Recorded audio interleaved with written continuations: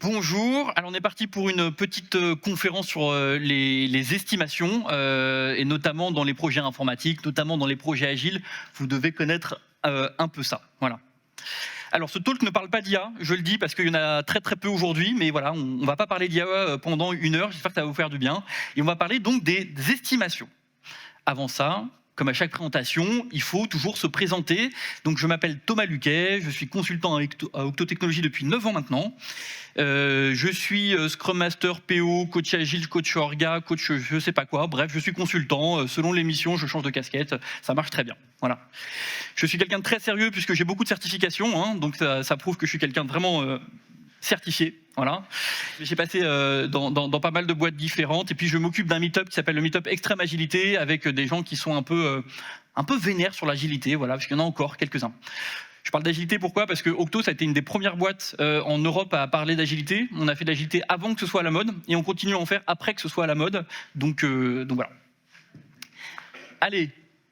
Alors, la première mission, quand on arrive dans ces métiers, PO, Scrum Master, Coach Agile, etc., on nous pose la question, Thomas, quand est-ce que sera livrée ma feature ?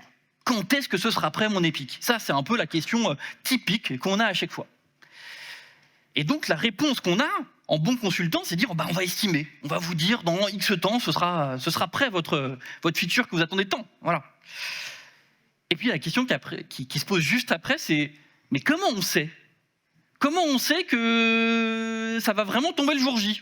Comment on sait ? Voilà. Comment on estime ? Et là, les réponses divergent. C'est un peu plus compliqué. Et j'ai une très bonne nouvelle. Nous avons la formule. Et oui, vous n'avez pas payé pour rien, vous allez repartir aujourd'hui avec la formule mathématique qui à chaque fois vous donnera la bonne réponse de quand est-ce que votre feature sera terminée. J'en suis très content et très fier.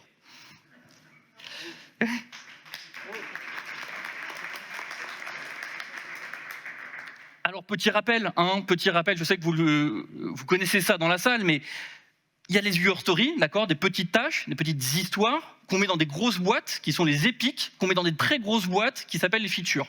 Ça vous parle ? Voilà, en général, on a 3 niveaux, les épiques, les features, les user stories. On va commencer pour estimer, c'est vrai que j'ai mon écran ici, il faut que j'arrête de me retourner. On va commencer par un truc simple, on va estimer une user story pour une équipe, d'accord ?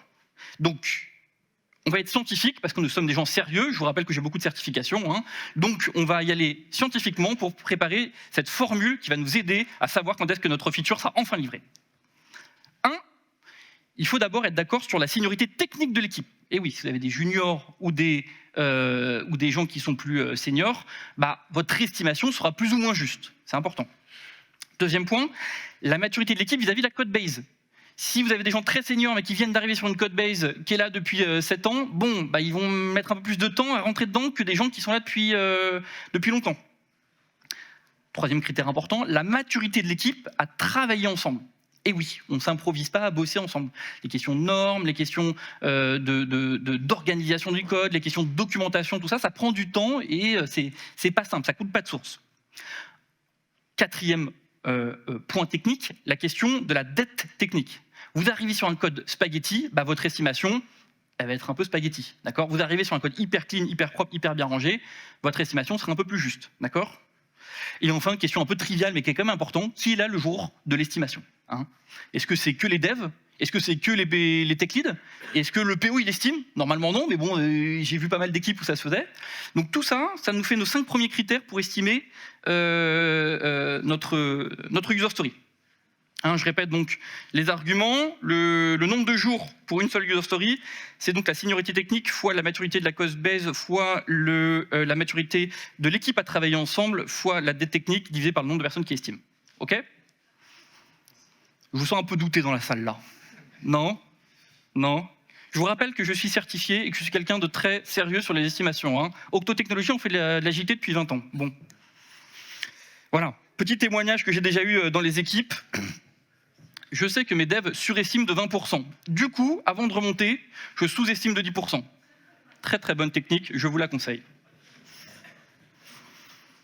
On a fait une user story pour une équipe. Okay, jusqu'ici, on est à peu près sûr de ce qu'on a fait. Un peu plus compliqué quand on fait une épique. Donc, qu'est-ce que c'est qu'une épique ? Je rappelle, c'est plusieurs user stories en même temps. ok? Donc on va réfléchir à notre formule mathématique. Mais avant ça, il faut quand même se mettre d'accord sur certains points, d'accord? Moi, je veux simplifier au maximum, ok? C'est très important. Donc, on va partir du principe qu'une équipe contient plusieurs user stories, d'accord? Si une épique égale une user story, c'est trop compliqué. Donc, chaque équipe contient plusieurs user stories. Par exemple, 5 user stories. On garde 2 niveaux d'estimation. On va enlever les features, sinon ça va être trop compliqué, on ne va pas y arriver. Okay. On va dire aussi que toutes les user stories font le même nombre de jours. D'accord? Sinon, ça va être trop compliqué pour notre formule mathématique. On va dire aussi que toutes les user stories font partie d'une épique. Il n'y a pas d'user story en dehors des épiques. Ça n'arrive jamais, ça. Hein, bon, sinon, ce serait trop compliqué. D'accord? Donc, on va l'enlever de la formule. Et dernier point, on dit que tous les membres de l'équipe sont capables de faire toutes les user stories. D'accord? Sinon, c'est trop compliqué, notre formule mathématique va ressembler à rien. On simplifie, d'accord? On est là pour être dans l'efficacité. Ça va jusqu'ici? Donc, les nouveaux paramètres. Plusieurs user stories, ça veut dire 2 notions importantes. La notion de temps calendaire et la notion de temps effectif. Temps calendaire, c'est quel jour ma user story va arriver, on est d'accord? Temps effectif de travail, c'est combien de jours j'ai besoin pour terminer ma user story, d'accord? Ça, c'est important d'avoir ces notions-là, parce que sinon, on ne peut pas y arriver, ok? Évidemment, on va les mettre dans la formule. Deuxième sujet qui est important, le context switching. Vous voyez ce que c'est, le context switching? Je me concentre sur un sujet, j'ai une alerte X, j'ai une alerte Y, un Slack, un email, un machin, une réunion qui s'arrête. Donc, je passe du temps à passer d'un sujet à l'autre, le context switching. Ça prend du temps et ça ralentit les développements. C'est quelque chose qui est assez important. Plus vous allez avoir de user story dans votre épique, plus vous allez avoir des moments de context switching, plus vous allez passer d'un sujet à l'autre, d'accord? Ça, il faut le prendre. Donc, si je les rajoute dans ma formule, le jour de livraison, donc c'est le reste du backlog à faire, on rappelle, temps effectif vis-à-vis de jour de livraison, plus donc le J, qui est donc le nombre de jours que va prendre une user story, fois le nombre de user story, divisé évidemment par le nombre de personnes qu'il y a dans l'équipe, plus le context switching. Ça va jusqu'ici? On est bon? Donc évidemment, hein, si je rajoute le J qui est jour des stories, donc c'est le reste du backlog plus la seniorité technique fois la maturité vis-à-vis de la code base plus fois la maturité de l'équipe à travailler ensemble fois la dette technique fois le nombre de personnes qui estiment fois le nombre de user stories divisé par le nombre de personnes plus le context switching. On est d'accord? Ça va? On n'est pas payé pour rien, hein, attention. J'entends des gens qui rigolent. Je suis un petit peu choqué quand même. Vous remettez en question beaucoup de choses chez moi. Voilà. Maintenant, j'ai une question. Peut-être ça vous est arrivé dans vos équipes. Qu'est-ce qui se passe quand vous commencez à mettre un peu la pression? Imaginons un truc incroyable. Vous avez fait une estimation et étonnamment, il y a du retard. Je sais que ça n'arrive jamais chez vous, hein, mais imaginons, il y a du retard. Le grand chef arrive dans la salle, il dit « Qu'est-ce que c'est que ce bazar? Pourquoi vous êtes en retard par rapport à vos estimations ?» À votre avis, que vont faire les développeurs? Petite question à la salle. Ils vont enjoliver. C'est bien dit, c'est beau ça, enjoliver. Moi j'appelle ça un mytho. Hein, on va mettre les mots, un gros mytho, d'accord. Voilà, on a la pression, on met le mytho. Donc on rajoute bien évidemment notre mytho dans notre formule mathématique, c'est important, hein, d'accord. Donc je vous rappelle, le jour de la livraison, c'est le reste du backlog, plus le nombre de jours pour une user story fois le nombre de user story divisé par le nombre de personnes, plus le context switching, plus la part de mytho. C'est vraiment important de rajouter cette part de mytho dans notre formule pour estimer, d'accord. Voilà, donc je vous la fais un peu vite, hein, si on met J par la seniorité technique fois la maturité vis-à-vis de la code base fois la maturité de l'équipe à travailler ensemble fois la dette technique divisé par fois le nombre de personnes. Évidemment, ça rallonge un peu la formule, mais on garde notre cap clair, c'est important. Voilà. Donc là, on a vu une user story dans une équipe, plusieurs user stories dans une équipe, donc une épique dans une story. Et donc, qu'est-ce qui se passe maintenant quand on a plusieurs équipes? Par exemple, 5 équipes. Hein, typique, on a 4 équipes de dev et une équipe d'ops. Qu'est-ce qu'on va devoir faire? Eh ben, on multiplie par 5, d'accord, cette formule mathématique. Donc, le jour de la livraison, c'est donc le reste du backlog, plus la seniorité technique fois la maturité vis-à-vis de la code base, fois la maturité de l'équipe à travailler ensemble, fois la dette technique, fois le nombre de personnes qui estiment, fois le nombre de user stories divisé par le nombre de personnes, plus le context switching, plus fois la part de mytho, multiplié par 5, d'accord? Alors, je sais, si je voulais être un peu plus mathématique, j'aurais pas mis 5, j'aurais mis n pour avoir une variable plus variable. Voilà. Mais simplifions, c'est important. Hein, vous avez remarqué quand même ou pas? Là, dans la formule. Vous avez remarqué ou pas? Il y a une erreur. Vous avez vu l'erreur? il faut rajouter les dépendances inter-équipes. Bah, quand même, attendez, on n'est pas là pour rien, hein. Chaque fois qu'on a plusieurs équipes qui travaillent ensemble, la question des dépendances, elle est hyper importante, d'accord? On passe nos journées à attendre des choses.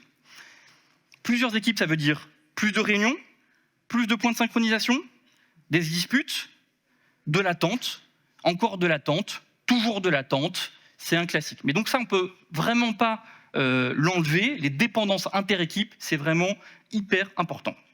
Voilà, donc je rajoute les dépendances inter-équipes à la fin, qui sont multipliées par le nombre d'équipes. Parce qu'évidemment, plus vous allez avoir d'équipes, plus vos dépendances inter-équipes vont être fortes, et donc plus c'est important de le mettre en place dans votre formule mathématique pour estimer le jour de livraison. On est d'accord, hein? Ça va? Vous avez bien retenu la formule mathématique par cœur, j'espère, hein? On ne repart pas d'ici sans que vous le sachiez. Bon, 5 équipes, d'accord, des estimations, et à un moment, on a un chef, d'accord, qui doit remonter ses estimations à quelqu'un. Vous connaissez ça? Vous connaissez Mathieu? Mathieu le PM? Bon, à votre avis, Mathieu, est-ce qu'il a peur des fois? Est-ce que parfois Mathieu, il a de la pression? Des enjeux pour sa carrière? Est-ce que parfois il se sent seul? Et qu'est-ce qu'il fait Mathieu, à votre avis, vis-à-vis de son grand chef? Je pose la question. 20% d'augmentation, ouais. Bah voilà, le mytho, hein, on va le rajouter notre truc, mais le niveau managérial. C'est pas le même mytho que celui de l'équipe, c'est le mytho managérial. Alors, je vais pas vous poser la question de comment faire pour bien mytho à un codir, hein. Les classiques, on harmonise entre équipes. Vous connaissez l'harmonisation? On prend des story points, des tailles de t-shirt, du n'importe quoi, et puis à la fin, on a un beau tableau Excel. Hein, voilà. Véridique, j'ai rencontré un jour une équipe, un Mathieu pareil, 4 remontées de chiffres très précis comme vous imaginez bien, et puis une 5e qui n'était pas là, le PO était absent, je ne sais plus ce qui s'est passé. Qu'est-ce qu'il fait? Gros mytho. Il met n'importe quoi dans le tableau Excel. Vous croyez que quelqu'un va vérifier? Jamais, jamais. Est-ce que c'est bien? Je ne l'ai pas dit. D'accord? Je ne dis pas que c'est bien. Est-ce que tout le monde était content? Oui, oui, on va être honnête, tout le monde était content, l'équipe était contente qu'on n'emmerde pas avec les estimations, le chef a vu du vert partout, le Scrum Master, bon, voilà, il a fait ce qu'il a pu. Oh, c'est très bien, quoi, c'est très bien. Le mytho managérial, voilà. Après, le classique, on ne remonte pas les chiffres, on passe très vite sur la slide, ou alors on arrive au bout de la réunion, mais finalement, les estimations, est-ce que c'est vraiment si important que ça? Bon, vous connaissez le mytho managérial, c'est un classique. Donc, il faut l'ajouter. Attendez, juste avant de ça, après. Donc, évidemment, on va le rajouter dans notre formule. Bon, tout ça, ça donne ce qu'on appelle des indicateurs pastèques. D'accord? Vous connaissez les indicateurs pastèques? Rouge à l'intérieur, c'est du n'importe quoi, mais à l'extérieur, c'est vert. À la fin, le tableau Excel, il montre que tout va bien, c'est important. Vous connaissez ça, hein. Au nombre de rires, vous connaissez les indicateurs pastèques. Voilà. Non, mais il y a un vrai truc, en fait. Ça fait plaisir à plein de gens de voir que ça va bien, ça donne de la motivation. On a envie d'y croire, à ces indicateurs. C'est chouette. Allez, donc ma formule mathématique, je vous rappelle, le jour de la livraison, c'est le reste du backlog fois la seniorité technique fois la maturité vis-à-vis de la code base fois la maturité de l'équipe à travailler ensemble fois la dette technique fois le nombre de personnes qui estiment, multiplié par le nombre de user stories plus le context switching plus la part de mytho de l'équipe plus les dépendances inter-équipe fois 5 plus le mytho managérial. Voilà une équipe, une formule qui est bien précise et qui va vous être bien utile demain pour pouvoir estimer justement vos projets. Allez. Bon, on a bien rigolé, c'était sympa. Mais on va peut-être un petit peu s'arrêter, se poser un peu des questions de pourquoi on en arrive là. En vrai, c'est quand même un peu absurde ces histoires d'estimation. Toutes les boîtes dans lesquelles j'ai bossé depuis 9 ans disent toujours qu'il faut faire des estimations, qu'il faut avoir des trucs précis. Et en fait, on se rend compte quand on gratte un peu que c'est très vite du n'importe quoi. J'espère vous avoir un peu convaincu. Hein. Mais en fait, c'est limite un peu triste quand on y pense. Il y a quand même un souci. On prend un temps, de l'énergie, de la motivation, des angoisses sur ces estimations pour un truc qui ne tient pas la route. À un moment, il faut peut-être, je sais pas, réfléchir, se poser et se remettre en question. Pourquoi on rentre dans ce cercle vicieux des estimations? Chacun a peut-être un peu sa Son idée, je vais vous proposer 3, ou plutôt 4 pistes de pourquoi on en arrive là. Et surtout, je vais essayer de vous proposer des solutions, d'accord, pour sortir de ces estimations absurdes. OK ? 3 sujets, avec des recours. 1, les budgétisations.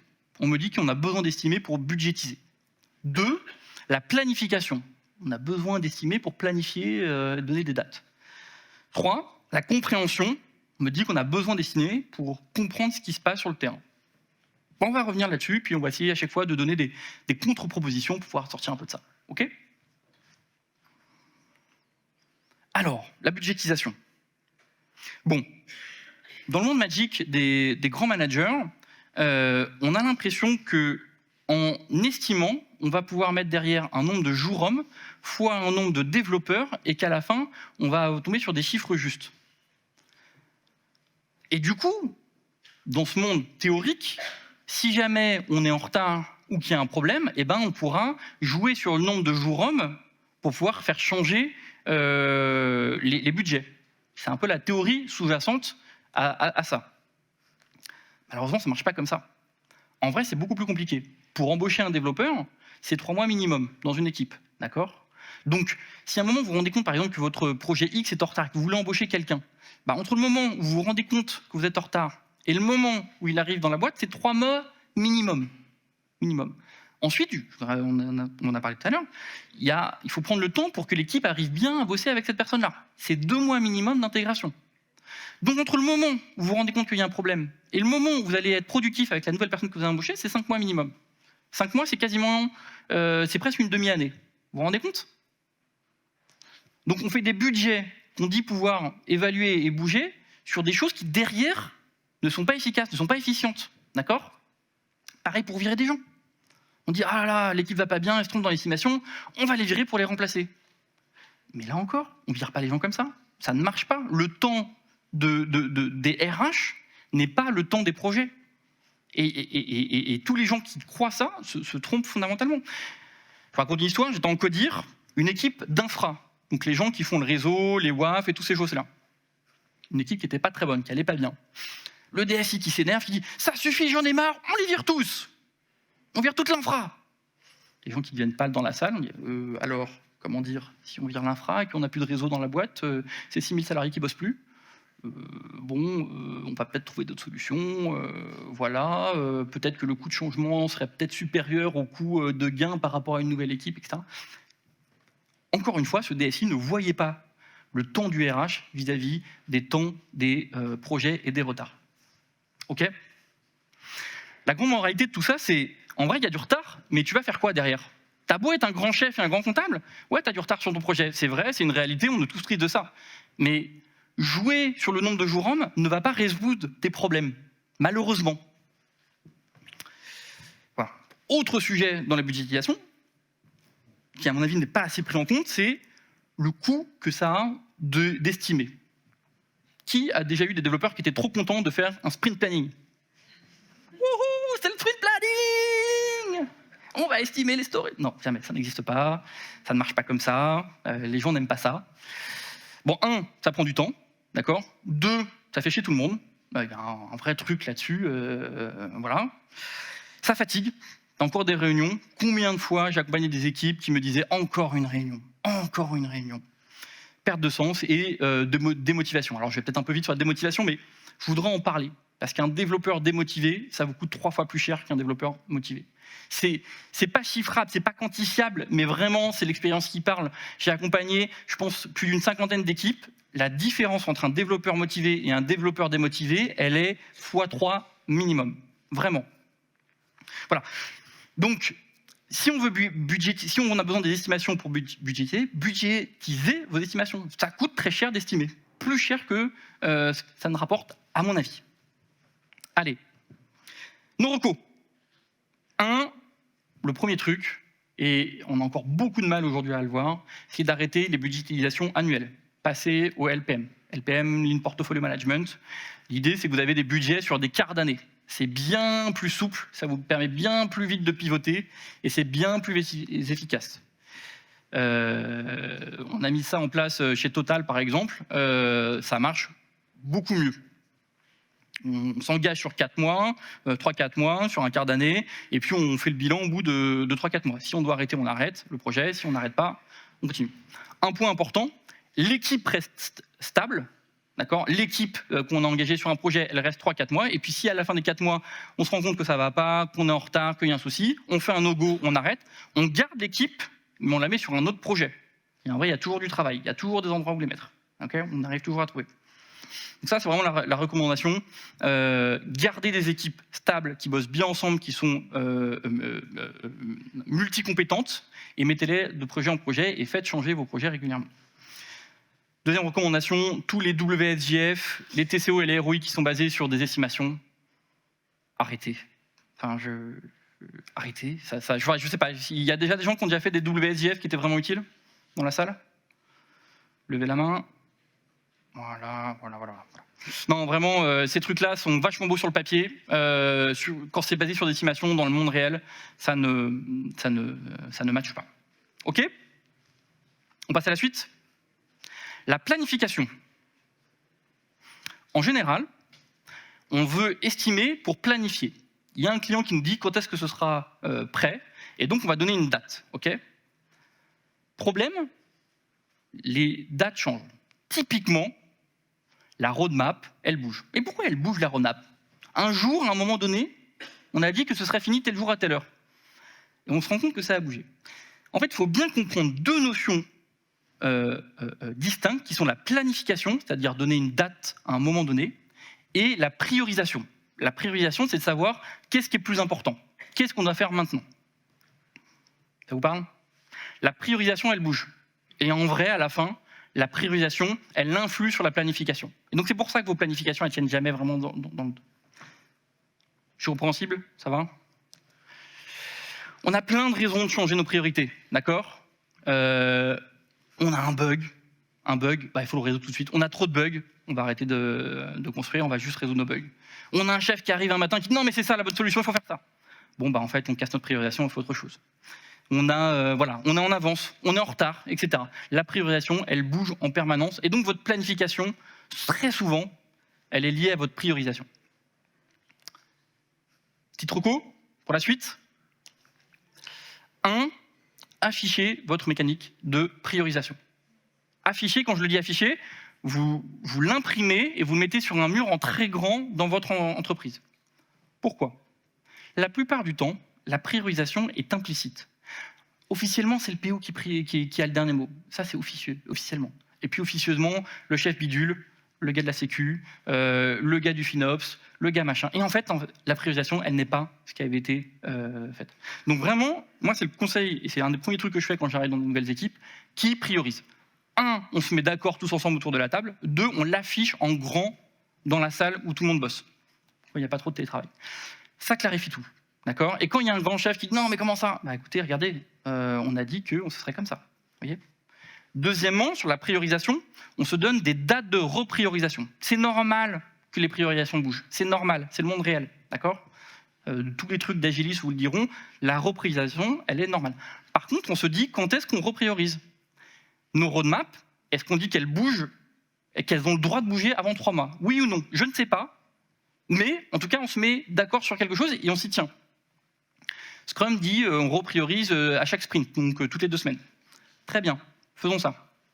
Si vous avez beaucoup de runs, moi je vous conseille d'avoir des moments de repriorisation qui sont très courts, de l'ordre de la semaine, si vous faites beaucoup de runs, beaucoup de MCO, ce genre de choses. Si vous avez du build qui est un peu plus long, vous pouvez peut-être avoir des distances un peu plus larges. Bref, en tout cas, vraiment, management visuel, affichez votre mécanique de priorisation avec les responsables de qui a le dernier mot sur la priorisation, et 2, quand est-ce qu'on a le droit de reprioriser, les dates. Voilà. Ensuite, le découpage, ça c'est une des clés du No Estimate. On découpe en petites tâches de 2 jours. D'accord ? Allez, 3 jours si vous voulez, mais des petites tâches qui sont obligatoirement finissables dans un sprint. Ok ? Ça, c'est vraiment la clé. Le temps que vous passez à estimer, si déjà vous le passez à redécouper vos tâches en petits trucs, c'est génial. Et un petit conseil aussi, vous n'avez pas besoin d'un chef de projet, d'un PO ou quoi que ce soit pour découper. Laissez les développeurs découper eux-mêmes les tâches, ils le font très bien, ils le comprennent très bien. Hein ? Troisième point, les PI planning. S'il vous plaît, faites des PI planning qui durent 2 jours, premièrement. S'il vous plaît, faites des PI planning où c'est les techs qui se parlent entre eux. D'accord ? Les PI planning où les grands chefs à plumes parlent à d'autres grands chefs à plumes, ça ne fonctionne pas bien. Vraiment, vraiment, vraiment. Laissez les devs au centre, c'est eux qui vont faire, c'est eux qui sont capables d'estimer beaucoup plus que des PO. Et voilà, je dis pas ça, rien contre les PO, je suis moi-même souvent PO. Les devs ont une vision technique qui va être beaucoup plus précise et beaucoup plus juste que des managers, des PO, des PM, etc. OK ? Et faites-vous accompagner. Si vous ne savez pas faire des PI planning, on aide très très bien là-dessus. Deuxièmement, vendez des MVP et pas des projets finis. Alors ça, je sais que c'est très difficile à entendre, notamment pour des comptables, mais ça marche beaucoup mieux. C'est quoi le minimum qu'on veut mettre en prod et qu'on veut vendre aujourd'hui ? Et posez la question aux développeurs, plutôt que laisser les commerciaux vendre des trucs absurdes avec des plannings qui ne sont pas respectables, ce qu'on voit tous les jours, posez la question dans l'autre sens. À ton avis, pour tel jour, cher développeur, tu penses que tu auras fini quoi ? Si tu poses la question comme ça, tu vas avoir une réponse qui va être beaucoup plus juste et beaucoup plus profonde que quand c'est un commercial qui vend un truc un peu à l'arraché. OK ?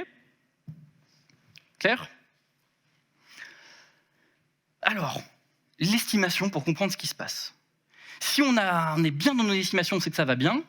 Si on a respecté nos estimations, c'est que ça va bien. Et puis si on a dépassé, c'est qu'il y a un problème. Ça, c'est la théorie. La pratique, en fait, il y a plein de raisons qui font que vos estimations vont foirer. Plein. Serveur OVH qui brûle, une dépendance vis-à-vis d'une autre équipe, des gens qui ne sont pas au niveau, des gens qui manquent de bras, tout simplement. En fait, votre estimation, elle ne vous donne rien. D'accord ? Je vous raconte une histoire. Je rentre sur un nouveau projet, 8 personnes dans l'équipe de dev, un tech lead super bien, super reconnu, coûte très cher. Deuxième jour du sprint, il se fait larguer par sa petite copine. Drame dans son cœur. Vraiment, un largage, voilà. Le gars avait 25 ans, très bon, sans dessus-dessous. Moi, je l'entends pleurer aux toilettes. Genre le truc trop triste, quoi. Vraiment trop badant. Bah, en fait, il n'a pas bossé pendant 2 semaines. Ça a coûté des centaines de milliers d'euros au projet, mais c'est la réalité. Voilà. J'ai pas mis le truc se faire larguer par sa copine dans ma formule mathématique, voyez. Mais voyez un peu ce niveau d'absurdité qu'on peut avoir et d'aléatoire qui vont faire que votre priorisation va changer, que votre planification va changer. C'est un classique, d'accord ? Donc, tant que vous ne parlez pas aux gens, vous ne pouvez pas comprendre. Donc, votre estimation ne va pas résister vis-à-vis de la réalité et votre estimation ne va pas vous aider à comprendre ce qui se passe. Il faut aller sur place pour comprendre. OK ? Donc, ça, c'est la recommandation bateau. Allez sur le terrain. Les premiers à avoir théorisé ça, c'est les gens du Lean avec Toyota, où les grands managers allaient sur la chaîne de production, regarder les ouvriers travailler, puis discuter avec eux. Je ne compte plus le nombre de projets où des grands chefs n'ont jamais cliqué sur le logiciel qu'ils vendent. Vraiment, hein, il y a un vrai truc. Ils sont capables de dire combien de jours homme a coûté telle fonctionnalité ou tel truc, mais ils n'ont jamais cliqué eux-mêmes sur le logiciel. Il y a un problème à un moment. Il y a un truc qui ne va pas. L'Agile proposait les démos. Qui va encore aux démos ? Il n'y a que les devs qui se parlent entre eux. Ça n'a plus de sens. Alors, si vous ne voulez pas faire de démos, c'est pas grave. Les Gemba Walk, les cafés, les déj. L'histoire que je vous ai racontée tout à l'heure avec ce DSI qui voulait virer toute l'infra. Jamais il n'a mangé le midi avec les gars de la DSI, avec les gars de l'infra. Alors bien sûr, c'était un grand chef, il était DSI, mais il aurait compris tellement de choses dans cette équipe si juste une fois, il avait pris un déj avec l'équipe, et qu'il avait parlé un petit peu du tout venant. Il aurait compris énormément et peut-être qu'il aurait une réaction différente et peut-être que les choses se seraient mieux passées. Et peut-être qu'on aurait pu trouver des solutions. Mais plus vous allez avoir une hiérarchie forte, moins vous allez avoir de contact humain et plus vous allez avoir de problèmes. OK ? Plein de choses, les vies ma vie, vous connaissez, vous invitez quelqu'un sur votre poste de travail pendant une journée pour qu'il comprenne un peu ce que vous faites. Les cafés, voilà. Quand on 100% de remote, on a beaucoup moins de cafés. Et pourtant, c'est un lieu de travail très important où il se dit beaucoup de choses. Bref, allez sur le terrain, voilà, ça vaudra beaucoup plus qu'une estimation. Je pourrais parler des démos. Quand vous avez un développeur qui est là, qui est fier de sa feature, qui vous le montre, qui est à 200%, il dit maintenant on peut faire ça et c'est formidable, et bim, ça plante en prod. Bah, en fait, ça ne veut pas dire la même chose que quand vous avez webcam éteinte, pas un mot, le développeur qui dit « Alors, tu nous montes ta nouvelle fonctionnalité ?» Le développeur qui dit « Non, je vais laisser le PO le faire. » Et puis qui se tait, et puis que ça ne marche pas, etc. Ça ne vous raconte pas la même histoire. Ça ne vous dit pas les mêmes choses, d'accord? Et combien même celui qui a montré a eu un bug lors de sa démo, vous avez bien plus confiance en lui que celui qui s'est tué, qui s'est caché derrière sa webcam. C'est une réalité. Voilà. Si vous voulez comprendre, allez sur le terrain, je le martèle encore une fois, mais c'est vraiment important. Le lead time, vous connaissez le lead time? Entre le moment où on a la bonne idée et le moment où c'est en prod, ou même le moment où on a récupéré le feedback de l'utilisateur, par quelle étape ça passe? Et combien de temps ça passe, d'accord? Votre Jira, vous n'êtes pas trop en vrai là-dessus. Il faut aller un peu plus loin. En général, il faut faire des mesures un peu plus manuelles. Bon, c'est génial. Vraiment, faites du lead time sur chacun de vos projets si vous voulez comprendre votre organisation. Ça va vous aider beaucoup plus que des estimations. Spoil, c'est pas les devs qui codent pas assez vite. Le sujet, il est très souvent en amont ou en aval. Okay, typiquement, avant la mise en prod super importante, le gars de la sécu qui se réveille en disant « Mais non, moi j'ai dit que ça pouvait pas aller en prod. » Et donc on annule la mise en prod. Vous connaissez ça? Peut-être. Bon. Mesurer la satisfaction des utilisateurs, là aussi hyper important. Le NPS, les enquêtes de terrain, les enquêtes UX, hyper important. Et là encore, on est beaucoup plus dans le réel que dans des estimations, des projections importantes. Et là, vous réussissez à rassurer les gens. Ça va? Alors, on va terminer. 3 points importants. Prioriser avant de planifier. Point numéro 1. Point numéro 2, mesurer la réalité, ce qui se passe sur le terrain, pas sur ce que vous estimez. L'estimation, c'est qu'une boule de cristal, d'accord? Enfin, aller sur le terrain, ça va vous aider beaucoup plus. Un dernier petit mot. Je l'ai fait pendant des années, je vous le déconseille. Ne demandez pas à arrêter l'estimation. Laissez les estimations mourir d'elles-mêmes. Dans toutes les boîtes que j'ai accompagnées, il y a un génie qui a dit on va faire des estimations à l'échelle, machin, et puis c'est un peu n'importe quoi, tout le monde le sait, mais on dit qu'il faut le faire, ça dure 6 mois, 1 an, puis au bout d'un moment, le truc est un peu, bon, on passe moins de temps dessus, et puis au bout d'un moment, le truc est abandonné. Laissez les estimations mourir d'elles-mêmes, c'est peut-être le meilleur conseil que je pourrais vous donner. En général, ça finit par disparaître par eux-mêmes. Voilà. Allez, une dernière phrase. Je prends le mot estimation, mais je le mets dans l'autre sens. Estimons. Mettons de l'estime pour nos angoisses, en vrai.